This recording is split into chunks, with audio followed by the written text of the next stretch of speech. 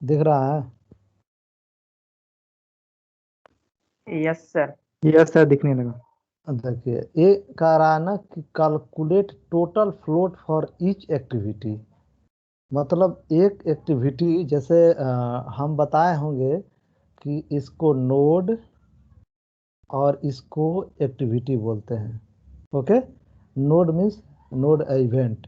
और ये जो है कि एक एक्टिविटी यानी यहाँ से यहाँ कंप्लीट करने में टास्क को कितना वक्त लगा, उसको बोलता है कि टोटल फ्लो जो है फ्लोट ऑफ एक्टिविटी आप कैलकुलेट कीजिए कितना समय लगा इसमें।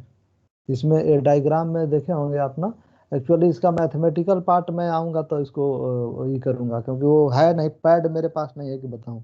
तो ये देखिए, ये है ना, ये इवेंट है जिसको हम नोड भी कहते हैं, और ये यहाँ से यहाँ तक कंप्लीट करने में कितना टाइम लगा उसको इंडिकेट करता है। इसी को हम बोलते हैं टोटल फ्लोट ऑफ एक्टिविटी। एक सेकंड, किसी का वेटिंग है, उसको हमको इंटर करा लेने दीजिए। हाँ चलिए, बोलिए नेक्स्ट। हाँ, क्लियर हुआ क्या आकाश? यस सर, क्लियर हो गया सर। एक और है सर। हाँ बोलिए। Sir 1 time estimate and 3 time estimate बताए थे, हाँ, ये डिफरेंस तो बिटवीन। ये क्वेश्चन सारे बच्चों ने, सारे ब्रांच ने अभी तक पूछा है। ये मात्र एक क्वेश्चन है। अब वन टाइम क्या है? नहीं नहीं, 1 सारे time estimate. One time estimate. ये देखिए, हमको याद हो गया, इतना पूछा। ये देखिए, ये देख रहे हैं ना, ये पार्ट और सीपीएम के डिफरेंस में जब पार्ट हाँ लेकर चलता है तो वन टाइम एस्टिमेट ही ऐसे जाता है पार्ट में। ये सीपीएम का डायग्राम है। तो देखिए, ये 3 टाइम्स इवेंट, ये इस साइड का जो लिया है उसको नोड बोला है। नंबर्स ऑफ नोड्स जो बताता है कि टोटल नोड्स यदि काउंट कीजिएगा तो 8 है। अर्लीस्ट इवेंट टाइम, ये जो अर्लीस्ट इवेंट टाइम जो क्या बोलते हैं, ऊपर वाला जो सेक्शन है इस नोड का, वो ऊपर वाला सेक्शन अर्लीस्ट इवेंट टाइम को बताता है, और नीचे वाला सेक्शन इसका लेटेस्ट इवेंट टाइम को बताता है। ठीक। अब जब हम सीपीएम में जाते हैं तो उसमें सिर्फ और सिर्फ एक टाइम लेता है, ना तो ये दोनों नहीं लेता है। ये देखिए, इसमें इस तरह की एक्टिविटी नहीं है। 3 नहीं है, सिर्फ 1। और टोटल इवेंट कितना है? 11। यदि इस सबको काउंट, जितना गोला है उसको काउंट कीजिएगा तो 11 होगा। तो यही बताया है कि जो पार्ट है वो 3 टाइम्स इवेंट को फॉलो करता है, जबकि सीपीएम जो है 1 टाइम इवेंट को फॉलो करता है। और लेकिन क्योंकि दोनों का डेवलपमेंट सेम पर्पस के लिए दो जगह पर हुआ था, ठीक ना, और लेकिन कंप्लीट करने की जो प्रोसीजर थी दोनों में वो डिफरेंट था। तो ये इसमें बताया गया है। Okay sir. सर 43 लेक्चर में एक है हाँ हाँ बोलिए। Sir, What is- ascertain profitability क्या है सर? एक सेकंड।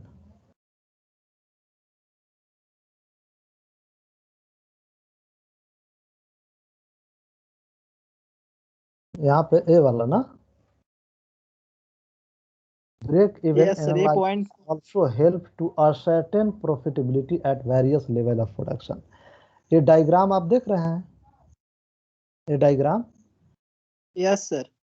ये कहता है कि जब यदि इस पॉइंट पे, एक सेकंड, रिकॉर्डिंग ऑन है कि नहीं उसको थोड़ा ऑन कर लेने दीजिए। रिकॉर्डिंग है या स्टार्टेड है ना? स्टार्टेड। हाँ हाँ हाँ है। एक सेकंड। अब ये बताता है कि जो डिफरेंट लेवल पे जब प्रोडक्शन का हम करेंगे, डिफरेंट लेवल पे, तो क्या प्रॉफिटेबिलिटी हो वो असर्टेन करता है, वो सुनिश्चित करता है। देखिए, यदि हम इस पॉइंट पे प्रोडक्शन करते हैं, ये तो ब्रेक इवन पॉइंट है जहाँ नो प्रॉफिट नो लॉस होता है और total revenue equal to total cost होता है। यहाँ पर हम यदि प्रोडक्शन करते हैं तो ये जो ग्रीन वाला पार्ट है यहाँ से यहाँ तक, ये हमारे प्रॉफिट एरिया को बताता है। और जैसे जैसे प्रोडक्शन हम इधर की तरफ 10 टू वाई एक्सिस की तरफ यानी 0 की तरफ हम बढ़ते जाते हैं, वैसे वैसे हमारा प्रॉफिट जो है वो घट रहा है। प्रॉफिट यहाँ कम होते जा रहा है, देख रहे हैं ना। तो ये कहता है कि डिफरेंट लेवल पे जब कोई कंपनी ऑपरेट करेगी तो उस लेवल पे उसका क्या प्रोडक्शन प्रॉफिटेबिलिटी होगी ना, यानी प्रॉफिट जनरेट करने की एबिलिटी उस पार्टिकुलर ऑर्गेनाइजेशन में उस पॉइंट पे क्या होगा।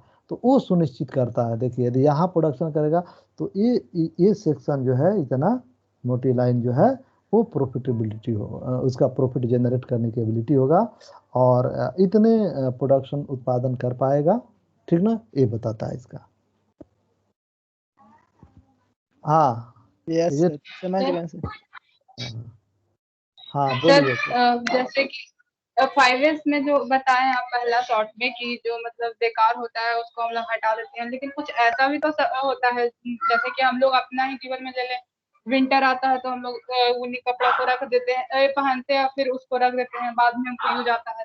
तो ऑर्गेनाइजेशन में उसको मतलब उसका होगा ना कुछ बाद में ये यूज आएगा तो हमको ज्यादा ढूंढना ना पड़े।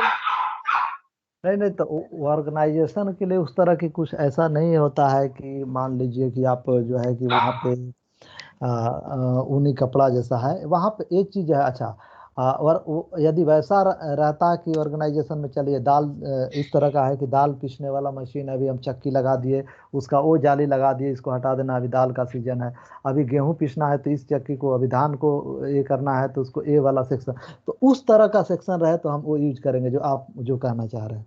लेकिन वहाँ 5S में बता रहा है कि किस प्रकार से सारी चीजें सिस्टमेटिक रूप से समय पर और जो है कि क्लीन रहे, स्टैंडर्डाइज रहे, फिर उसके बाद सिस्टमेटिकली अरेंज रहे, इन चीज़ों की वो बात करता है ना। तो ऐसा नहीं है कि उसको हम ये करेंगे। हाँ यदि अब डिपेंड करता है कि यदि ऑर्गेनाइजेशन, जैसे राइस मिल की मैं बात बोला, जो है कि मिल की तरफ हो, जैसा कि देखते हो कि ना, यदि मेही वाला धान को उसको ये करना है तो इसमें मेही वाला लगा देगा, एकदम मेही जो छोटा क्या बोलते हैं जिसमें छिद्र हो, वो जाली लगाता है। तो उस तरह के ऑर्गेनाइजेशन में उसको रीयूज कर सकता है। लेकिन वैसे क्या होता है कि जैसे ऑर्गेनाइजेशन में बहुत सारे स्क्रैप ऐसे ही बिखरे रहते हैं और बहुत सारे मशीन का प्रॉपर मेंटेनेंस, प्रॉपर साफ सफाई, ये सारी चीज़ें नहीं हो पाती है। तो ये नहीं होने के वजह से जो है कि कहीं किसी प्रकार का एक्सीडेंट ना हो जाए, किसी प्रकार का जो है कि दुर्घटना ना हो जाए, इसलिए हम उसको मेंटेन करते हैं। आपका क्वेश्चन आप आंसर मिला या नहीं? मिला सर, लेकिन फिर भी थोड़ा मतलब जैसे कि कुछ ये ऑफिस वगैरह में भी तो होता है ना कि अगर पेपर कुछ का है तो वो अभी काम यूज नहीं आ रहा है लेकिन बाद में उसका जरूरत पड़ सकता है, तो हमको नहीं ज्यादा परेशानी ना हो और जल्दी से मिल जाए, तो उसको कुछ रखने का तरीका तो होगा ना? वो तो है, वही तो 5S में बताए हैं, आप वीडियो उसमें देखे होंगे, तो एक रिंच का यस। एक फिगर बताया गया है कि किस तरीके से उसको अरेंज करना है। लेकिन रही बात जो है कि अब वो रीयूज होने, जैसे हम ही लोग के ऑर्गेनाइजेशन ले लीजिए, गवर्नमेंट पॉलिटेक्निक गया को, तो वहाँ पर क्या होता है कि जितनी कॉपी है आपकी कॉपी रखी जाती है as per the order of SBT और गाइडलाइंस ऑफ GST। हम लोग क्या करते हैं उसको कि रख देते हैं, 2 साल 3 साल तक रखते हैं, 3 साल बाद उसको हटा देते हैं। अब रही बात कि ये डिपेंड करता है कि वो सामान रखने लायक है या नहीं है। यदि वो सामान रखने लायक है, उसका पुनः यूज हो सकता है, तो हम पुनः उसको जो है ये कर लेते हैं, ठीक ना। यस सर, एक और था काइजन और सिक्स सिग्मा, मतलब काइजन को हम सिक्स सिग्मा एक तरह से बोल सकते हैं, जैसे उसमें भी तो हम जो मतलब इसमें मतलब नहीं वो कोई वस्तु है तो उसमें इम्प्लीमेंटेशन कर रहे हैं, फिर उसमें भी तो हम लोग जैसे मतलब ये जो है सिक्स सिग्मा, उसमें अगर फीडबैक मिलेगा तो उसके अनुसार हम लोग चेंज करेंगे, या देख फिर जैसे देखिए काइजन को सिक्स सिग्मा, पहली बात तो हम नहीं बोलेंगे, क्योंकि काइजन, देखिए पर्पस यदि हम लोग जितना भी क्वालिटी इम्प्रूवमेंट में पड़े, चाहे वो काइजन हो, 5S हो, चाहे और टोटल क्वालिटी कंट्रोल हो ना, टोटल क्वालिटी मैनेजमेंट हो, क्वालिटी सर्किल हो, क्वालिटी एश्योरेंस हो, सबका उद्देश्य जो है, चाहे 5S हो, मतलब ये जितना है, इन सभी का उद्देश्य हमें क्या है कि क्वालिटी को मेंटेन करना है, यही है ना। yes, लेकिन उनको डिफरेंट नाम से हम रखे हैं। तो डिफरेंट, जैसे कि देखिए अब जैसे काइजन, आप टोयोटा प्रोडक्शन सिस्टम में जहाँ के आप जानते हैं, उन्होंने जहाँ से उत्पत्ति हुई काइजन वहाँ रखा, जो है कि मोटरोला ने सिक्स सिग्मा को ये किया। तो आप जैसा कि CPM और PERT में भी देखा गया कि दो डिफरेंट जगह पर डेवलप हुआ, लेकिन एम उसका सेम ही था। उसी प्रकार ये भले डिफरेंट जगह पर डेवलप हुआ है, लेकिन इसका नाम जो है कि डिफरेंट ही रहेगा, उसको हम सिक्स सिग्मा नहीं कह सकते हैं। अब ये भले हम बता सकते हैं कि इसकी जो उद्देश्य है वही उद्देश्य है जो कि उसका उद्देश्य है। हाँ, तो क्लियर हुआ कि नहीं आपका? Yes sir. ओके।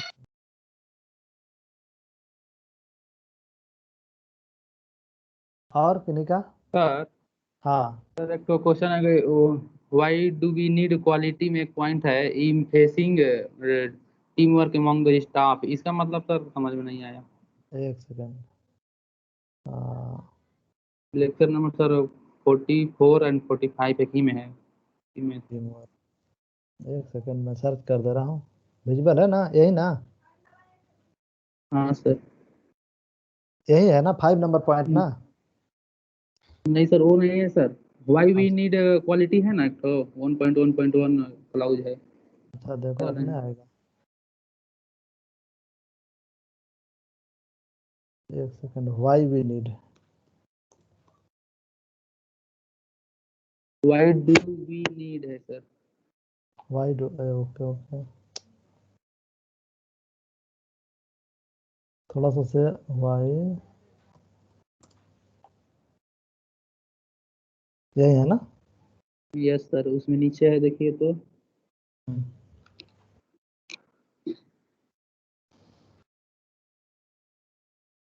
ये है ना? हाँ, in facing team work among the staff, इसका मतलब सर ये कह रहा है ना कि जैसे हमें पहले तो है कि क्यों हमें क्वालिटी की ज़रूरत है। अच्छा, क्वालिटी जो है वो एक व्यक्ति की बस की बात नहीं है। जैसे कि आप किसी ऑर्गेनाइजेशन में काम कर रहे हैं, तो किसी ऑर्गेनाइजेशन में काम कर रहे हैं तो आप जैसे सैकड़ों स्टाफ काम कर रहे होंगे, ठीक है? अब रही बात कि यदि कोई कंपनी में कोई फैन बना रहा है, तो मान लेते हैं कोई किसी का काम है डायना बनाना, किसी का काम है कि सबको असेंबल करना, कोई एक्सिस बना रहा है, कोई मोटर कस रहा है, बहुत सारे लोग, कोई बॉडी उसका प्रिपेयर कर रहा है ना, तो सबका डिफरेंट वर्क है। अब सब लोग टीम के एक हिसाब से एक टीम वर्क है, उसमें असाइन किया गया है कि आप ये काम कीजिए। जैसे आप जाओगे, जैसे कुछ लोग काम करते हैं गांव से पूछोगे बाहर जाकर सिलाई का काम, तो उसमें बोलता है कि हम मेरा सिर्फ जो हाथ का, मैं सिर्फ कॉलर बनाता हूँ, मैं सिर्फ हाथ जो है वो बनाता हूँ। एक बोलता है कि मैं सिर्फ वहाँ पे जाकर कपड़ा को काटता हूँ। और ये कोई बोलता है कि मैं ए सेक्शन सीता हूँ। और फाइनली एक होता है जो असेंबल करके ही करता है। तो मतलब जो वर्क है वो डिस्ट्रीब्यूट किया गया है डिफरेंट टीम के डिफरेंट मेंबर के बीच। अब उनके बीच में जो है जो स्टाफ हैं उनके बीच में एक अच्छा रिलेशन न रहे, उनके बीच में किस प्रकार से सौहार्दपूर्ण रिलेशन अच्छा रहे ताकि क्वालिटी फुल प्रोडक्ट निकले, उसके पे बल की बात इसके माध्यम से, इस पॉइंट के माध्यम से कहा गया देने के लिए बात करें तो emphasizing team work among the staff. जो स्टाफ मेंबर हैं उन ये कहना चाहिए कि वो एक टीम वर्क बल दें, वो मिलजुल कर काम करने पर वर्क करें, कि स्कैटर्ड होकर वर्क न करें, क्योंकि एक भी गड़बड़ाया तो उसमें कहीं ना कहीं क्वालिटी डिफेक्ट हो जाएगा। क्लियर है विकास? ये सर कहने का मतलब है कि मतलब जितने भी लोग हैं वो मिलजुल कर काम करें और क्वालिटी को मेंटेन बनाए रखें। हाँ हाँ, तो एक ही चीज नहीं है फैक्टर जिससे कि क्वालिटी को मेंटेन किया जा सकता है। Yes sir. गुड, बहुत दिन बाद क्वेश्चन पूछे हो। सर देख रहे थे वीडियो देख रहे थे सर। ओके ओके, चलो ऐसा नहीं है कि लास्ट है सर अभी, इसके बावजूद भी रहा था पूरे यूनिट का एक लूंगा। हाँ हरिओम बोलो। सर बोल रहे थे earliest event time and latest event time sir diagram of project work में कहीं कहीं सेम है और कहीं कहीं वेरी किया हुआ है सर, ऐसा क्यों है? सेम है, कहीं कहीं वेरी किया हुआ है। एक सेकंड में उसको ये करता हूँ, शेयर करता हूँ आपको।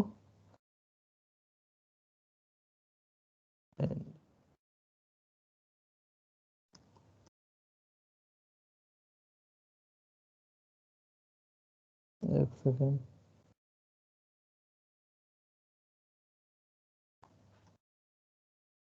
फोटो हुआ तो नहीं लगा।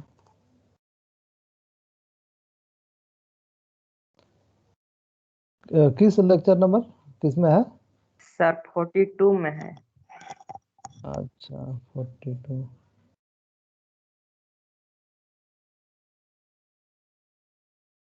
इसी में, इसके बाद में। नहीं sir, diagram of project work था ना सर, जो डायग्राम ओके ओके ओके।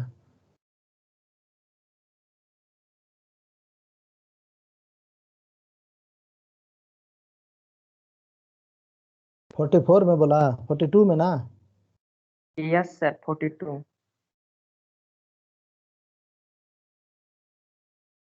अच्छा, इसके ऊपर वाला में ना? Yes sir. ये वाला ना? Yes sir. क्या बोलिए, क्या आप बताइए। सर अर्लीस्ट इवेंट टाइम कहीं सेम है और लेटेस्ट इवेंट टाइम भी सेम है कहीं कहीं पर, और कहीं ये वेरी किया हुआ है। हाँ हाँ। तो देखिए, इसका रीजन है, मैं इसको एक्चुअली मैथमेटिकल अभी सब ब्रांच में बोला हूँ, जाऊंगा तो वहाँ ये करूंगा, इसको पैड रहेगा तो मैं बता पाऊंगा ना।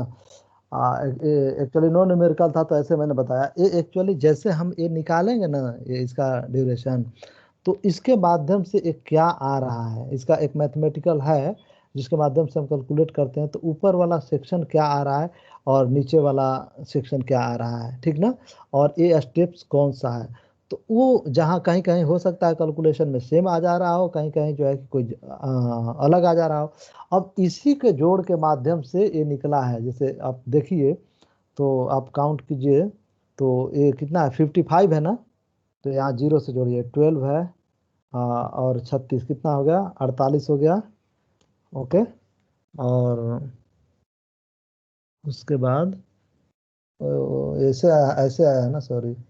तो हो गया 12 12 25 कितना हो गया, 5 2 7 हो गया, 37।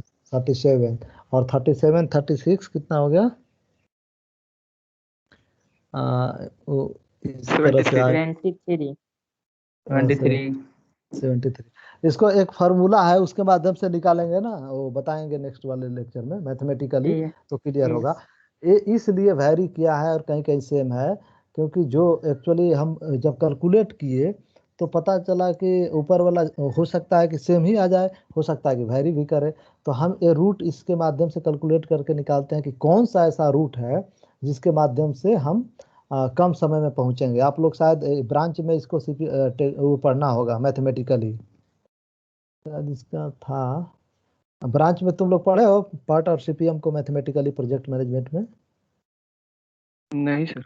नहीं सर। नहीं सर, ये सब नहीं पढ़े अच्छा, हैं। हालांकि इसमें मैं इसलिए नहीं डाला कि उसको अलग, हर साल मैं इसको अलग से पढ़ाता हूँ, क्योंकि एक्चुअली क्या है कि इसमें आपके सिलेबस में नो न्यूमेरिकल दिया हुआ है।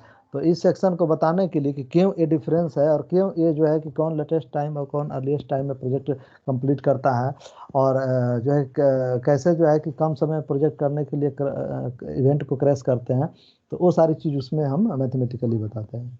तो एनीवे उसको मैं एक्सप्लेन कर दूंगा उसमें, ठीक ना। सर ये और पूरा इस नेटवर्क ड्रा कैसे हो रहा है यही नहीं पता लग रहा है हाँ सर, हाँ क्या करना चाहते हाँ, वही नेटवर्क को, वो बिना मैथमेटिकली नहीं हो पाएगा, जो इसके हेलो लिए सर। हाँ बोलिए, उसको हम सर नेक्स्ट सर लेक्चर में इसको बता। इसी में सर लास्ट टर्मिनल नोड है ना सर, वो हम्म, पॉइंट सर नहीं समझ में आ रहा है। Last last terminal node. Terminal node उसी डायग्राम में sir, diagram of project network में है। हाँ लास्ट सर, राइट साइड। ए, यस सर। तो इसी को तो बोले हैं कि जो मैथमेटिकली ये पूरा डायग्राम किस तरीके से इसको अचीव किए हैं, उसको मैथमेटिकली सोल्व करके मैं बताऊंगा उससे, क्योंकि अभी पैड नहीं है कि मैं इसको बता पाऊँ, क्योंकि मैं इससे ले रहा हूँ ना, कमेंट से ही कर रहा हूँ, लिख रहा हूँ यहाँ से, तो इससे मैं लिख नहीं ठीक है सर। पाऊंगा इसमें। हाँ, खाली लाइन इससे खींच पाऊंगा। तो इसलिए इसका मैं लूँगा, और ब्रांच में भी मैं बताया हूँ कि बिना मैथमेटिकली क्लियर कंसेप्ट आपको नहीं होगा। तो देखता हूँ 25 मतलब सर ये 26 क्लोज लूप में ही लास्ट में मतलब कि बनना चाहिए। क्लोज लूप बोले तो लूप जैसा कि हुआ ना सर, साइक्लिक टाइप का। नहीं, देखिए ये कह रहा है, जैसे जैसे आप लिनियर प्रोग्रामिंग पढ़े हैं हाँ सर, मैथमेटिक्स, लीनियर प्रोग्रामिंग पढ़े हैं सर। तो कभी कभी जो ट्रेन की पटरी बिछानी हुई, चाहे ये करना हुआ, तो उसमें भी उसका एप्लीकेशन होता है, पढ़े हैं ना, ऑपरेशन रिसर्च। हाँ सर, कहाँ से क्या मटेरियल मंगवाना है, कहाँ से हाँ, नज़दीक सस्ता और पड़ेगा वो। कौन सा रूट शॉर्टेस्ट पड़ेगा, ये भी पढ़े होंगे हम्म। किस तरीके, हाँ। हाँ बिल्कुल सर। तो जी उसी सर। प्रकार ये भी यूज उसमें होता है कि ये डिसाइड करने के लिए कि जब आप कोई प्रोजेक्ट को कंप्लीट करना है तो किस रूट से हम चलेंगे। या इसमें यहाँ पर आपको पहुँचना है, सपोज दैट कि ये आपका डेस्टिनेशन है, ये आपका स्टार्टिंग पॉइंट है। अब जब इस स्टार्टिंग पॉइंट से आप स्टार्ट कर सकते हैं तो ऐसे भी जा सकते हैं, ऐसे भी जा सकते हैं, यहाँ से ऐसे करते हुए भी जा सकते हैं, है ना, सीधा भी जा सकते हैं, ऐसे घूम के। तो बहुत सारे आपके पास अपॉर्चुनिटी है उस पॉइंट पर पहुंचने के लिए। तो लेकिन सबसे बेस्ट अपॉर्चुनिटी कौन है, बेस्ट मार्ग कौन है, जिसको कि हम क्रिटिकल एक्टिविटी कहते हैं, क्रिटिकल पाथ कहते हैं, क्योंकि पहले मैं लेक्चर में बता दिया हूँ कि इसको हम एक्टिविटी कहते हैं, और इस जो गोला है इसको इवेंट और नोट्स बोलते हैं। तो इस यहाँ से यहाँ आने में कितना वक्त लगा ना, तो इसके माध्यम से यही डिसाइड होता है कि यहाँ से जाने में यहाँ पे कितना टाइम लगा, इस जाने से। तो सब जब हम हर रास्ते से जाकर टाइम जब कैलकुलेट कर लेते हैं, मान लेते हैं कि ऐसे रफली जैसे हम समझा रहे हैं, मैथमेटिकली नहीं, यहाँ से जाने में इस रूट से जा रहे हैं 5 घंटा लग रहा है, इस रूट से हम 5 महीना में कंप्लीट हुआ प्रोजेक्ट, और इस रूट से यदि हम जा रहे हैं तो जो है कि 4 मंथ में प्रोजेक्ट कंप्लीट हो रहा है। और सपोज दैट कि इस रूट से ऐसे जा रहे हैं तो जो है कि 6 महीना में कंप्लीट हो रहा है। फिर इस रूट से हम ऐसे जा रहे हैं तो और 7 महीना में कंप्लीट हो रहा है, और इस सीधे रूट जा रहे हैं तो इससे मान लेते हैं कि 3 महीने में कंप्लीट हो रहा है। तो सबसे जो क्रिटिकल एक्टिविटी और बेस्ट पाथ कौन होगा आपका? जो 3 महीने वाला सबसे ऊपर बताए थे सर। हाँ, वो हुआ ना। तो इसलिए ये जब हम मैथमेटिकली पूरा कैलकुलेट करेंगे इसमें, तो आप देखिएगा कि किस प्रकार से क्रिटिकल पाथ डिसाइड होता है, और कौन सा पाथ जो है कि शॉर्टेस्ट है, और उस पर आप प्रोजेक्ट को समय आप डिलीवरी दे सकते हैं। तो इसके लिए ये पार्ट को यूज करते हैं। क्लियर हुआ? एनटीएफ क्या होता है सर? एनटीएफ NTF नहीं लिखा है क्या? एक सेकंड देख लेते हैं क्या होता है। मैं इसको वो डायग्राम को ड्रा नहीं किया हूँ, लिया हूँ इसे। एक सेकेंड, NTF होगा इवेंट कंप्लीशन टाइम होगा शायद। एक सेकेंड देखिएगा, लिखा नहीं है।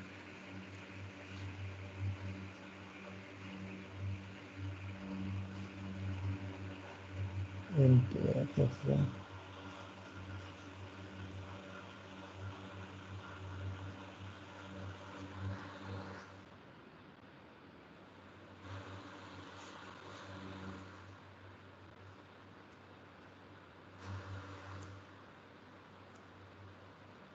इसमें है ना, पार्ट में ना, देख लेते हैं क्या है। अभी सर डायग्राम दिखा रहे थे ना, उसी में था।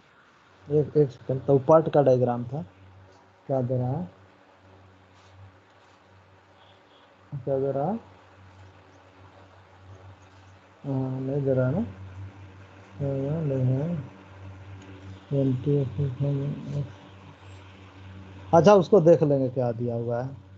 इसको मैं इरेज नहीं कर पाया, याद देखा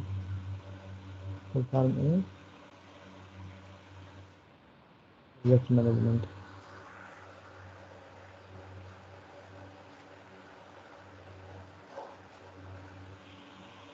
नहीं दे रहा ना,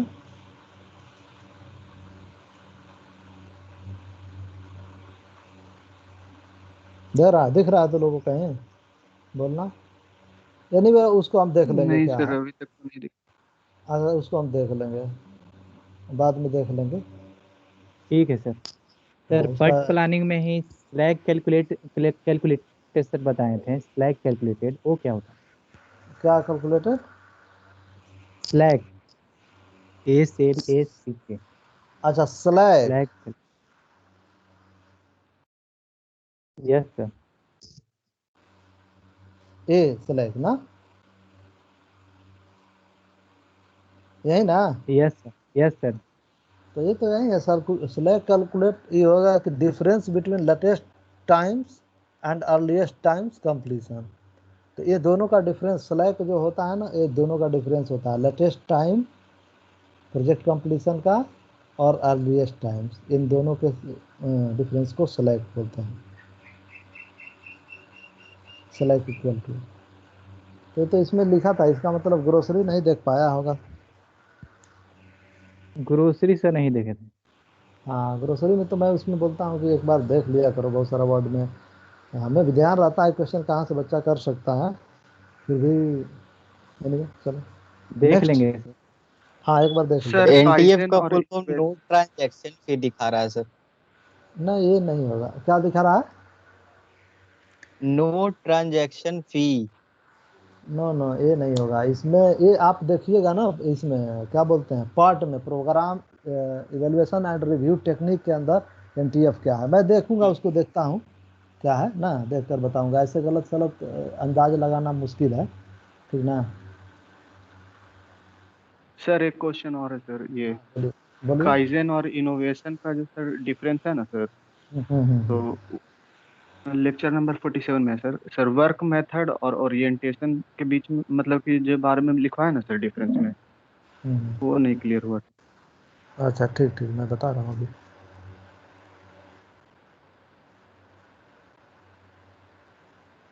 एक्चुअली मैं जो काइजन डेवलप किया हूँ उनके खुद ही के पेपर से मैं लिख लिया हूँ, इसलिए इसका लैंग्वेज थोड़ा सा टफ होगा। कौन है? वर्क मेथड ना। वर्क मेथड है ना सर, हाँ, इसमें क्या नहीं आया? ये एग्जॉस्टिंग जो बताए थे सर, ज्वलनशील, ये क्या इनोवेशन में बोलना सर चाह वर्क इसके माध्यम मेथड से के मैं काम। इसमें कुछ मैनिपुलेशन शब्दों में नहीं किया, उनका जैसे ही था रिसर्च पेपर में वैसे ही मैं ले लिया। मैं बताता हूँ एक्चुअली जो वर्क मेथड इसमें है ना, इसमें मेंटेनेंस एंड इम्प्रूवमेंट, ये जो काइजन है इसमें इनोवेशन जैसा नहीं कि सेलेक्टेड लोग शामिल होते हैं और इनोवेशन के लिए। इसमें क्या होता है कि सारे एम्प्लॉय शामिल रहते हैं और ये कॉन्टिन्यूसली स्लोली स्लोली इसमें इम्प्रूवमेंट होता है।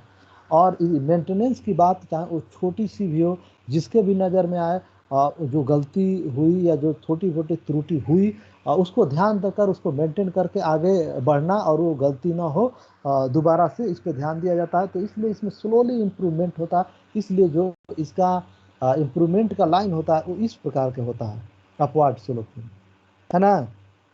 अच्छा, हाँ इसमें जो सर। होता है, इसमें जो होता है थोड़ा जर्क में एक ही बार कुछ बड़े इंटेलेक्चुअल को लेकर आए और बड़े बड़े कुछ कहो कि जो सेलेक्टेड बड़े पोस्ट पर बैठे हैं लोग, वो और उनका कुछ इस तरह का सजेशन आया, तो एक इनोवेशन हुआ और सिस्टम ऐसे हॉरिजेंटली चल रहा था, तुरंत इसमें इनोवेशन हो गया, ऐसे चलने लगा, फिर होने लगा, फिर इनोवेशन हुआ। यानी इसमें जर्क में डेवलपमेंट होता है कि अभी कोई रिसर्च एंड डेवलपमेंट हुआ, उसको नया एप्लीकेशन करके इनोवेशन कर दिए और हमारी टेक्नोलॉजी चेंज हुई एकाएक।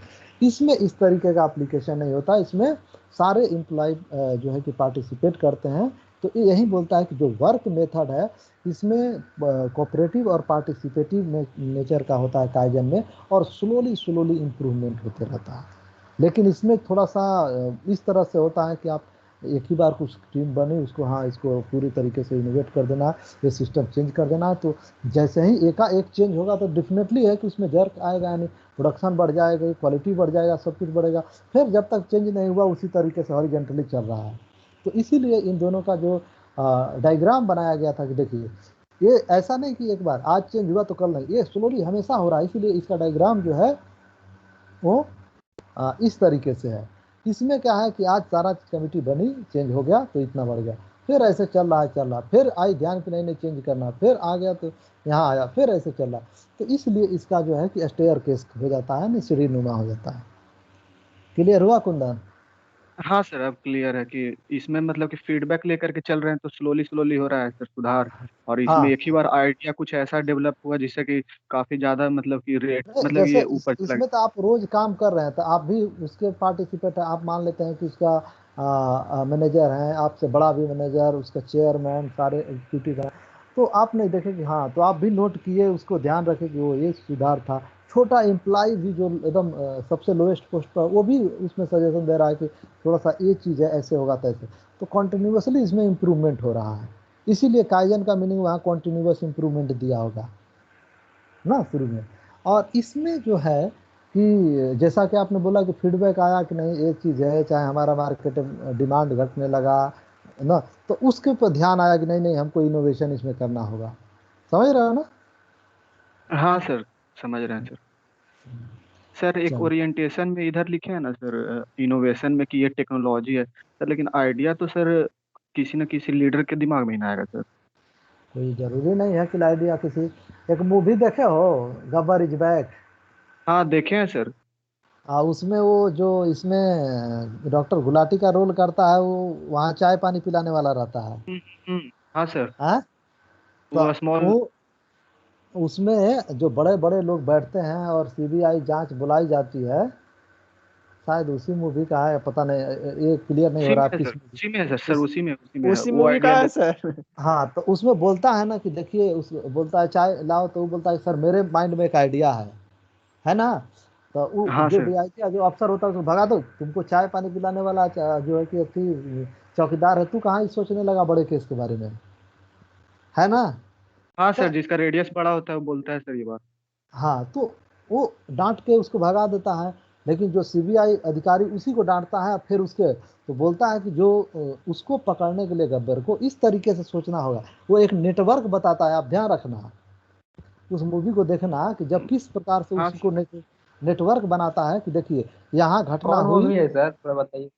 गब्बर इज बैक होगा शायद, वो प्रोफेसर हाँ ही वही है मूवी है सर, अच्छा है। शायद, अक्षय कुमार है, प्रोफेसर है उसमें, शायद कॉलेज हाँ का। सर उसमें सिविल से रिलेटेड सर एक बात भी बताया गया है सर, कि बिल्डिंग जो कंस्ट्रक्ट करता है वो मतलब कि सिंकिंग फाउंडेशन के पास बना देता है सर। अच्छा अच्छा, हाँ, अच्छा वो तो हम नहीं समझ पाएंगे ऐसे कि ना। तो मैं ये कह रहा हूँ ओरिएंटेशन जो आप बोले कि वहाँ आप बोले कि सर बड़े बड़े लोग, तो बड़े बड़े लोग नहीं वहाँ पर, तब तक लोग नहीं सुन रहे थे, लेकिन प्रॉब्लम जब बहुत हाई लेवल पे पहुँच गया और बात सीबीआई की आ गई, तब उसने सोच, वो भी केस पकड़ने में जो है कि ये रहा, नहीं पकड़ पाया। तो उसकी बात को आखिर सुननी पड़ी कि ये सोच कैसे रहा। तो ऐसा नहीं है, तो कहीं ना कहीं आपको नहीं मैच करता है कि काइजन फिलोसफी वहाँ पे एक हिसाब से यदि सोचिए तो हाँ सर, यहाँ वहाँ काइजन होता है सर। ना, तो इसलिए कहता है कि यहाँ जो फॉर पीपल मतलब हर व्यक्ति एक हिसाब से, रिस्पॉन्सिबल है सर। हाँ, सबकी रिस्पॉन्सिबिलिटी है। लेकिन यहाँ जो होता एक ही बार टेक्नोलॉजी आया, नया ऑब्सोलीट हो गया, मशीन हटा दीजिए, इसमें सारी चीज़ें एक ही बार आपने ये कर दिया, इंट्रोड्यूस कर दिया नई टेक्नोलॉजी। तो ये जो है कि टेक्नोलॉजी ओरिएंटेड हो जाता है, और जबकि ये हो जाता है पीपल ओरिएंटेशन, ये हमेशा नहीं, लोग सोच और छोटी छोटी गलतियाँ पकड़ पकड़ के उसमें इम्प्रूव कर रहे हैं। तो ये एक हिसाब से सस्टेनेबल रहता है, और काफ़ी जो है कि इसमें कम गलती होने की संभावना होती है। जो डिफरेंसेज है उसके आधार पर जो है कि ईमाई है, उनके आधार पर मैं बता रहा हूँ। मूसा की ईमाई कुछ इनका नाम है, यहीं तो डेवलप किए हैं, उन्हीं के मैं रिसर्च पेपर से इसको लिखा हूँ, वैसे ही पेस्ट किया हूँ, इमेज है। सर ये हाँ कुंदन, टेक्नोलॉजी अभी भी क्लियर नहीं हो रहा है सर, कि कहना क्या मतलब कि नया टेक्नोलॉजी आया सर, लेकिन आइडिया सर हमेशा टेक्नोलॉजी बेस्ड थोड़ी ना होता है। नहीं आपने देखिए ओरिएंटेशन की बात में बोला यहाँ पे हाँ सर। कि जैसे आप काइजन में काम कर रहे हैं, दूसरा दो स्टूडेंट जो है वो इनोवेशन पे वर्क कर रहा है, ठीक है, वहाँ उस कंपनी में काम कर रहे हैं जहाँ काइजन फिलोसफी को फॉलो किया जा रहा है, और आपके कलीग जो दूसरे कंपनी में काम कर रहे हैं जहाँ इनोवेशन की फिलोसफी को कर रहा है। इनोवेशन क्या है, आप पहले इनोवेशन के डिफिनेशन को हमें बताइए।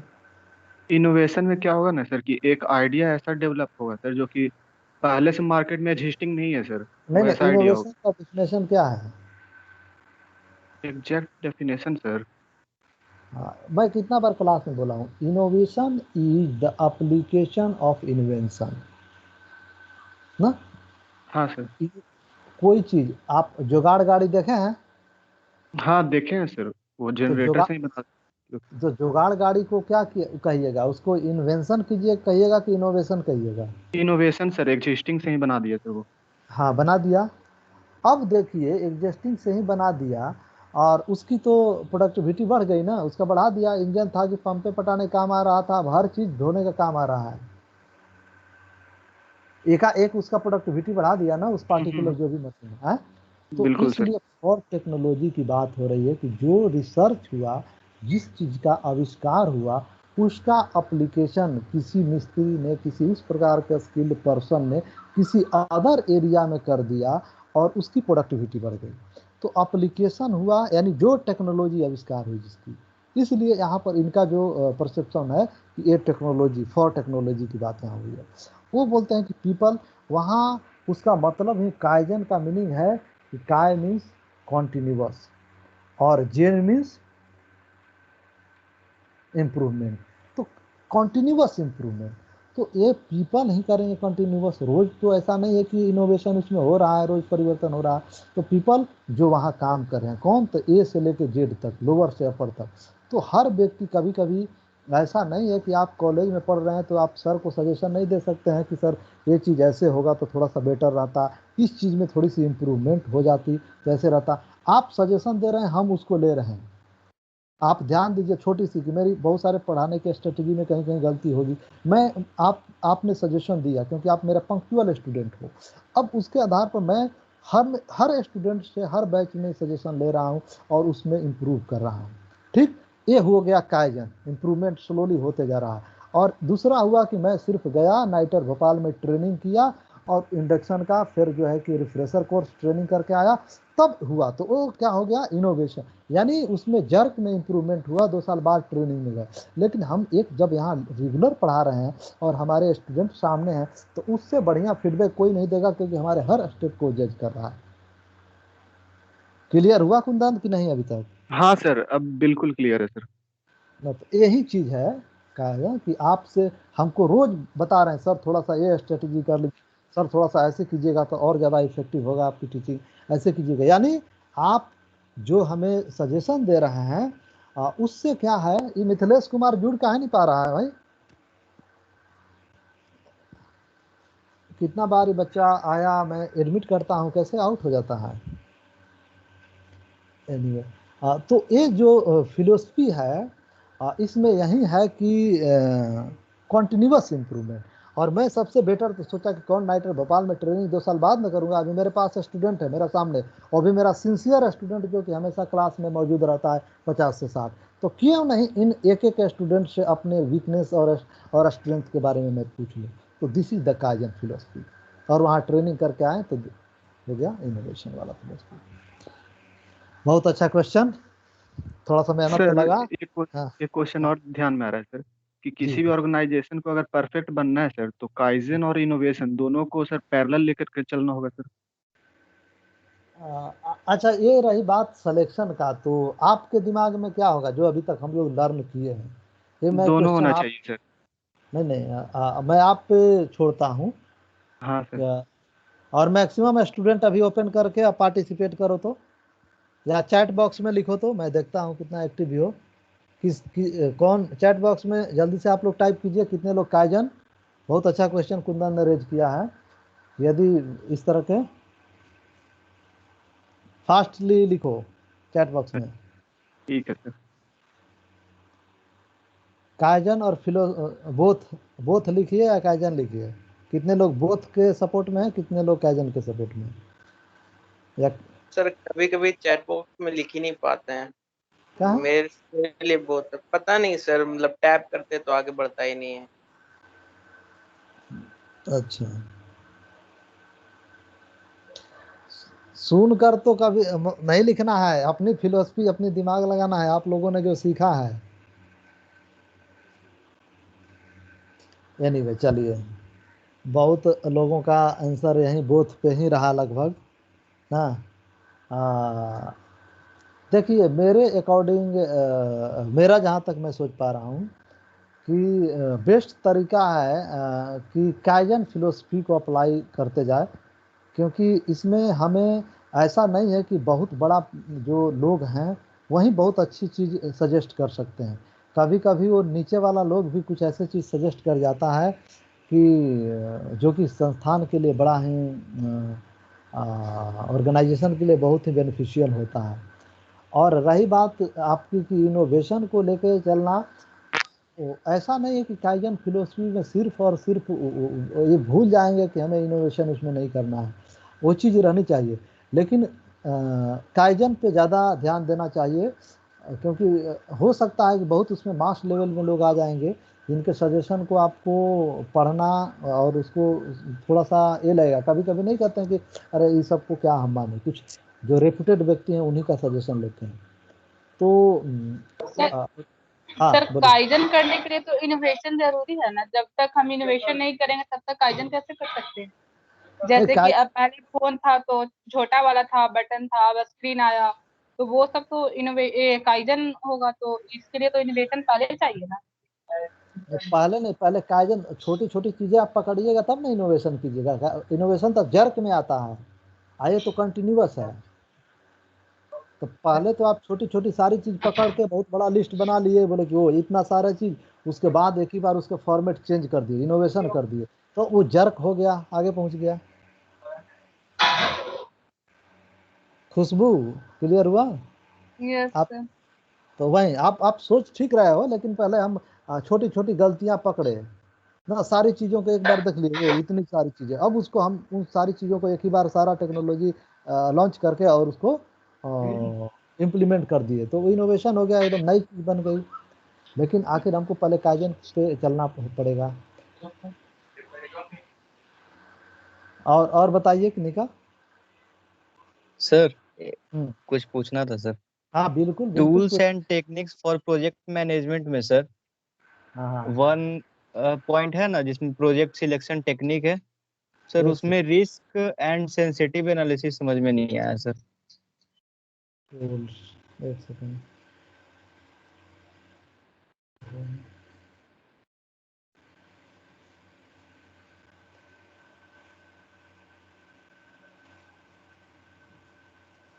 ये है टूल्स एंड टेक्निक है ना?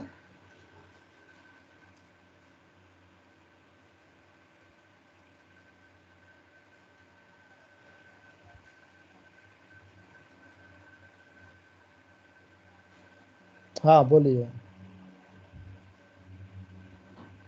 दिख रहा है, मेरा दिख रहा है ना स्क्रीन? नहीं सर। ओह स्क्रीन नहीं दिख रहा है, मैं तभी से सोच रहा हूँ कि स्क्रीन दिख रहा होगा।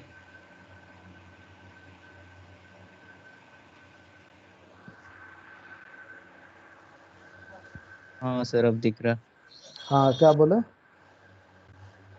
सर ये जो फर्स्ट है ना पॉइंट जिसमें प्रोजेक्ट सिलेक्शन टेक्निक है सर, उसका बी पॉइंट नहीं समझ में आया। Risk and sensitivity analysis. Project selection में कॉस्ट बेनिफिट एनालिसिस कर लिए, और आप प्रोजेक्ट लगा रहे हैं ले जाके शेरघाटी में, जान रहे हैं कि लेबर तो कम मिल ही जाएगा, लेकिन और बाराचट्टी में, लेकिन ये भी जान रहे हैं कि शेरघाटी और बाराचट्टी जो है कि हाईली नक्सल अफेक्टेड डिस्ट्रिक्ट ब्लॉक हैं गया के। तो कितना सेंसिटिव है, क्या रिस्क, यदि कोई किसी प्रकार घटना होती है तो हमें उठाना पड़ेगा किस टाइप का रिस्क, और वो कितना होगा, और उसके लिए प्रिकॉशन हमें क्या लेनी पड़ेगी कि इस तरह के रिस्क से हम बचें। तो ये कह रहा है सेकेंड पॉइंट कि आपको प्रोजेक्ट सिलेक्शन में कॉस्ट बेनिफिट एनालिसिस के बाद रिस्क और सेंसिटिविटी एनालिसिस भी करना होगा कि उस प्रोजेक्ट में क्या रिस्क है और क्या जो है कि सेंसिटिविटी है, क्या संवेदनशीलता है। तो ठीक है सर। सर और ये प्रोजेक्ट शेड्यूलिंग टेक्निक जो है सर, उसमें लाइन ऑफ बैलेंस क्या है? इसका मतलब आप देख रहे नहीं कि लेक्चर, फिर तो आप देखो सर तब मैं देखे बताऊँ हैं सर, ना। मैं लाइन ऑफ इसको बैलेंस। इसको ये पॉइंट को मैं ये किया हूँ ना, इसका एक्चुअली क्या हुआ था कि इसमें मैं लिखा ना, टाइप नहीं किया ये पूरे का, तो मैं यस सर, पिछले इसका के कुछ डाउट, लिखा हुआ ही नहीं है सर। हाँ लिखा नहीं है, लेकिन वहाँ एक्सप्लेन किया हुआ है लेक्चर में। सर नहीं समझ में आया था ना। ना ना, एक बार उसको आप देख कर आना ना स्क्रीन से, उसके बाद मैं बताऊंगा, फिर तो है हूँ मैं। हम्म। सर और लेक्चर 42 में सर एक पॉइंट है, हाँ PERT can be employed at those places where a project cannot be easily defined in terms of time or resources required। वो ठीक वो सर लिखा हुआ है। पॉइंट हाँ वो सर तो पॉइंट ऐसा क्यों हुआ सर, क्योंकि समझ में नहीं आया। एक सेकंड,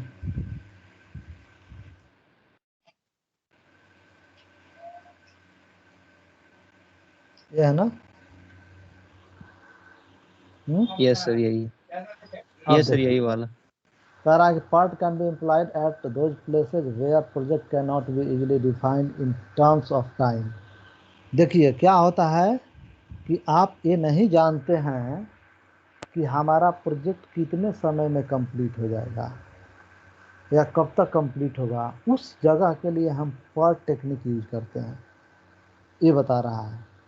अदरवाइज यदि आपको क्लियरली पता है कि इतने टाइम में हमारा प्रोजेक्ट कंप्लीट होगा तो हम वहाँ पर सीपीएम जो है क्रिटिकल पाथ मेथड यूज करते हैं।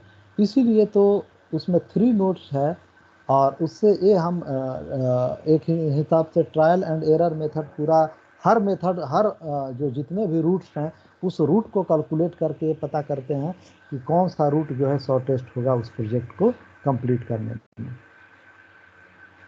तो जहाँ भी आपको नहीं लगे कि जैसे एक्चुअली ये इसलिए डेवलप क्यों किया गया था, देखे हो पार्ट एंड सीपीएम कब और क्यों डेवलप किया गया था? पता है ये इसको डेवलप किया गया था पार्ट को मिलिट्री के लिए। यस सर, और इसको किया गया था छोटा मोटा कॉमर्शियल बिजनेस के लिए। उसको हाँ तो देखिए नावल डिपार्टमेंट माने नौसेना डिपार्टमेंट ने ये किया था। और इसमें एक्चुअली कि आप जब युद्ध लग रहा है या कोई इस तरह का है या कोई वर्क उस तरह का चल रहा है तो कुछ में ये है कि आप सर्टेन टाइम नहीं हो सकता है 2-4 दिन आगे पीछे होगा लेकिन डिफाइन नहीं कर पा रहे हैं, तो उस जगह पर आपको जो है कि पार्ट टेक्निक यूज करनी पड़ेगी।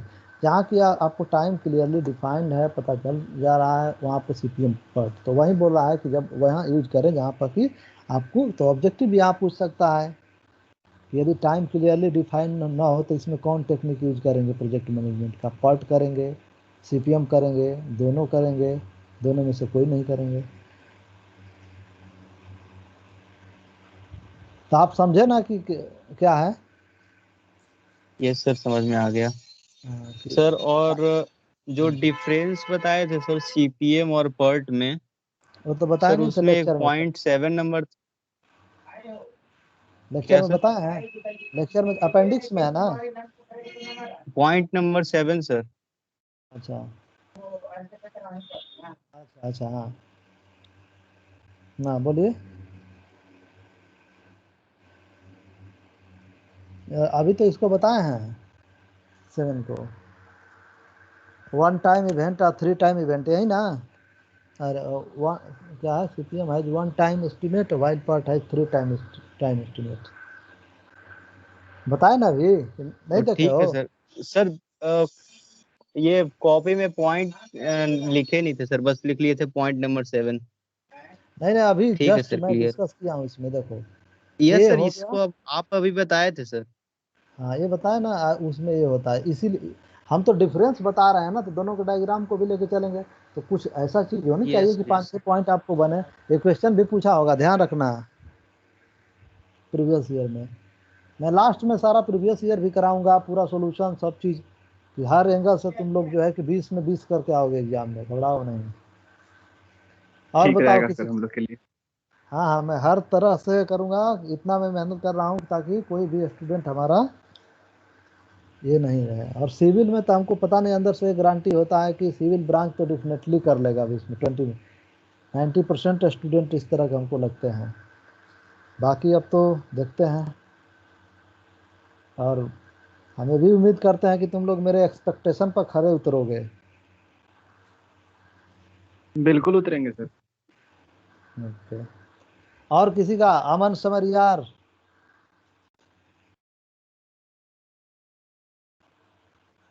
Yes sir. क्या कोई क्वेश्चन है? नो सर भाई, क्रिटिकल पास्ट से क्वेश्चन था, ये अब अगले क्लास में क्लियर हो जाएगा। हाँ उसको मैं ये करूँगा, मैथमेटिकली देखूंगा तो या तो बोर्ड पे करके रिकॉर्ड करूंगा, नहीं तो फिर मैं वहीं से ऑनलाइन करूंगा यूट्यूब पे, चाहे देखता हूँ कैसे करूंगा, क्योंकि यहाँ पे मेरे पास उस तरह का साधन नहीं है कि मैं बता पाऊँ ना। Yes sir. हाँ तो सर उसको लेक्चर 48 में हाँ मास्टर ब्लैक बेल्ट बता दीजिए। क्या क्या? लेक्चर नंबर 48 सर, अच्छा अच्छा हाँ अच्छा ये उसमें बताओ जी। Black belt. अच्छा अच्छा हाँ ब्लैक तुम लोगों वेंट को, ग्रीन वेंट बताए हाँ थे।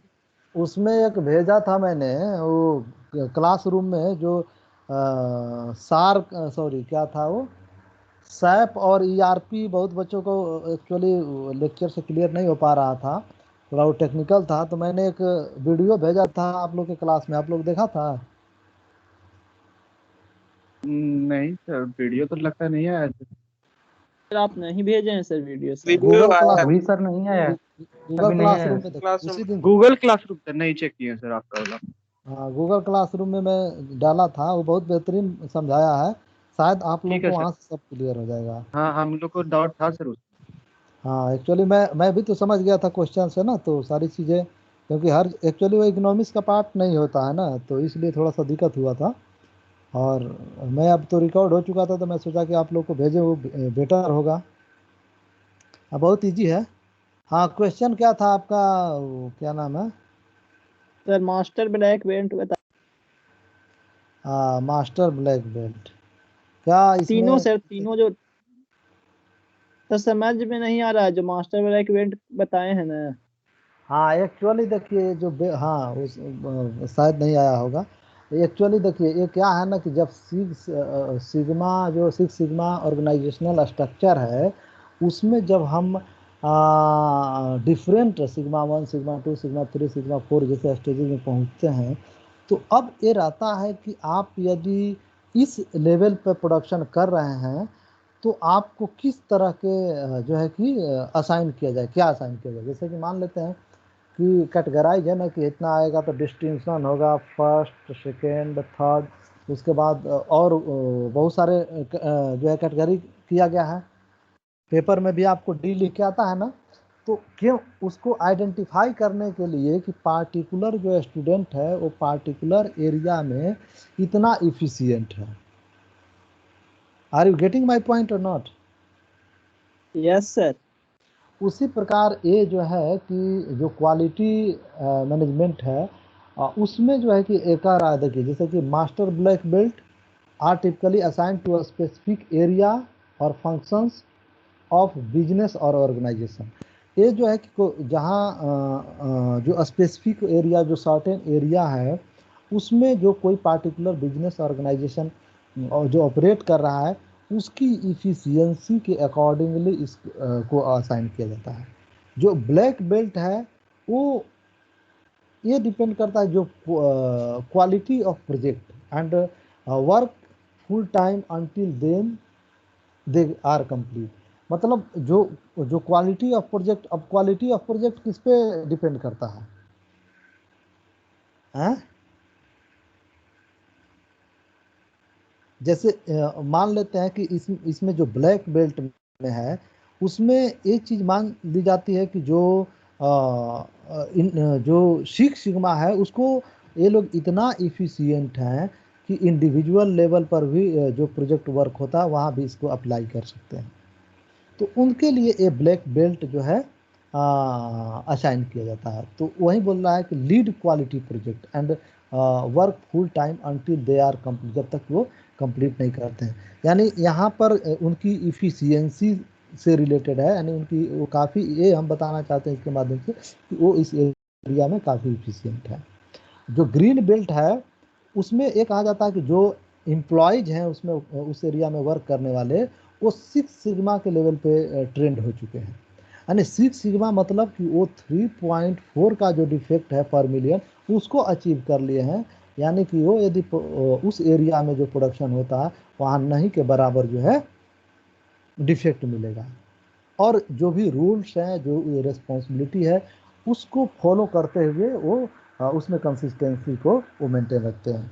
तो इस तरीके से जो बेल्ट है उसके माध्यम से ये बताया गया है कि जो सिक्स सिग्मा है उसमें किस लेवल पे ऑपरेट कर रहा है कोई ऑर्गेनाइजेशन, सिग्मा 1 लेवल पे, 2 लेवल पे, और उसकी इफिशियंसी के माध्यम से इसको एक सेकंड में वो है ना डायग्राम, इसी में है ना डायग्राम सिक्स सिग्मा का,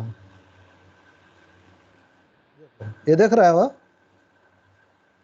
यस सर देख रहे हैं। हाँ इसका एक लेक्चर भी IIT रोपड़ के हैं प्रोफेसर, बहुत बेहतरीन है, उन्हीं के स्क्रीनशॉट लेके मैं यहाँ बताने के लिए रखा हूँ। ये देखिए अब यहाँ देखिए ये कह रहा है कि जब कोई ऑर्गेनाइजेशन ऑपरेट करेगा तो देखिए सिग्मा 1 सिग्मा 2 सिग्मा 3 सिग्मा 4 और एक जगह लिखे होंगे कि ज़्यादा से ज़्यादा ऑर्गेनाइजेशन जो है 3 से 4 लेवल पर ऑपरेट करता है। अब जब 5 लेवल पर ऑपरेट करेगा तो इतना पर मिलियन डिफेक्ट होगा, 6 लेवल पर होगा 3.4 पर मिलियन जो है डिफेक्ट है। देख रहे हैं ना इसको आप? तो यस सर। इसी वहीं बताया गया कि जो बेल्ट असाइन किया गया है, मास्टर बेल्ट में आएगा, ये ब्लैक बेल्ट में आएगा, ये ग्रीन बेल्ट में आएगा, ये उनकी और सिग्मा किस सिग्मा लेवल पे ऑपरेट कर रहे हैं और क्या क्वालिटी दे रहे हैं, क्या उनकी डिफेक्ट्स है, इसके आधार पर असाइन किया जाता है। क्लियर है या नहीं? Yes sir. 6 सिग्मा लेवल पर अगर बैठ के करेगा तो मिनिमम डेविएशन होगा ना सर? हाँ, मिनिमम मात्र डिफेक्ट 3 पॉइंट। ध्यान रखिएगा, ऑब्जेक्टिव पूछ सकता है यहाँ से। ये स्टैंडर्ड है कि लेकिन उसको अप्रोच करने के लिए मतलब कि आप 1 लाख उत्पादन किए तो एक आध दो सामान 2-4 को खत्म हुआ, खराब हुआ, इसको अचीव करना बहुत ये चीज़ है। लेकिन हम लोग को न्यूमेरिकल और मैथमेटिकल नहीं पढ़ना है, इसीलिए हम लोग इस पर ज़्यादा ध्यान नहीं दिए हैं। ये है ना डिफेक्ट पर मिलियन अपॉर्चुनिटीज। और बताइए,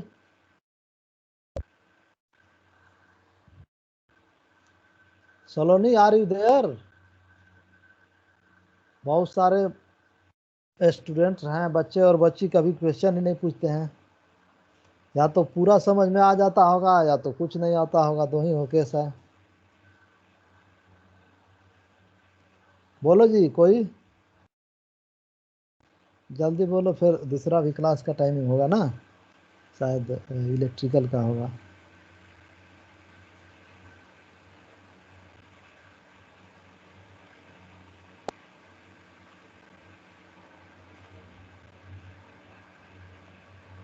बोलो जल्दी, 4 बजे से ही शायद इनका इलेक्ट्रिकल का क्लास था। मैं और 4 डाउट 11 नहीं है और किन्हीं का कुछ है? सर? और फिर कुछ डिटेल में सर डाउट निकलेगा सर जब पूरा और ठीक से दोबारा देखेंगे तो? हाँ, पूरा कंप्लीट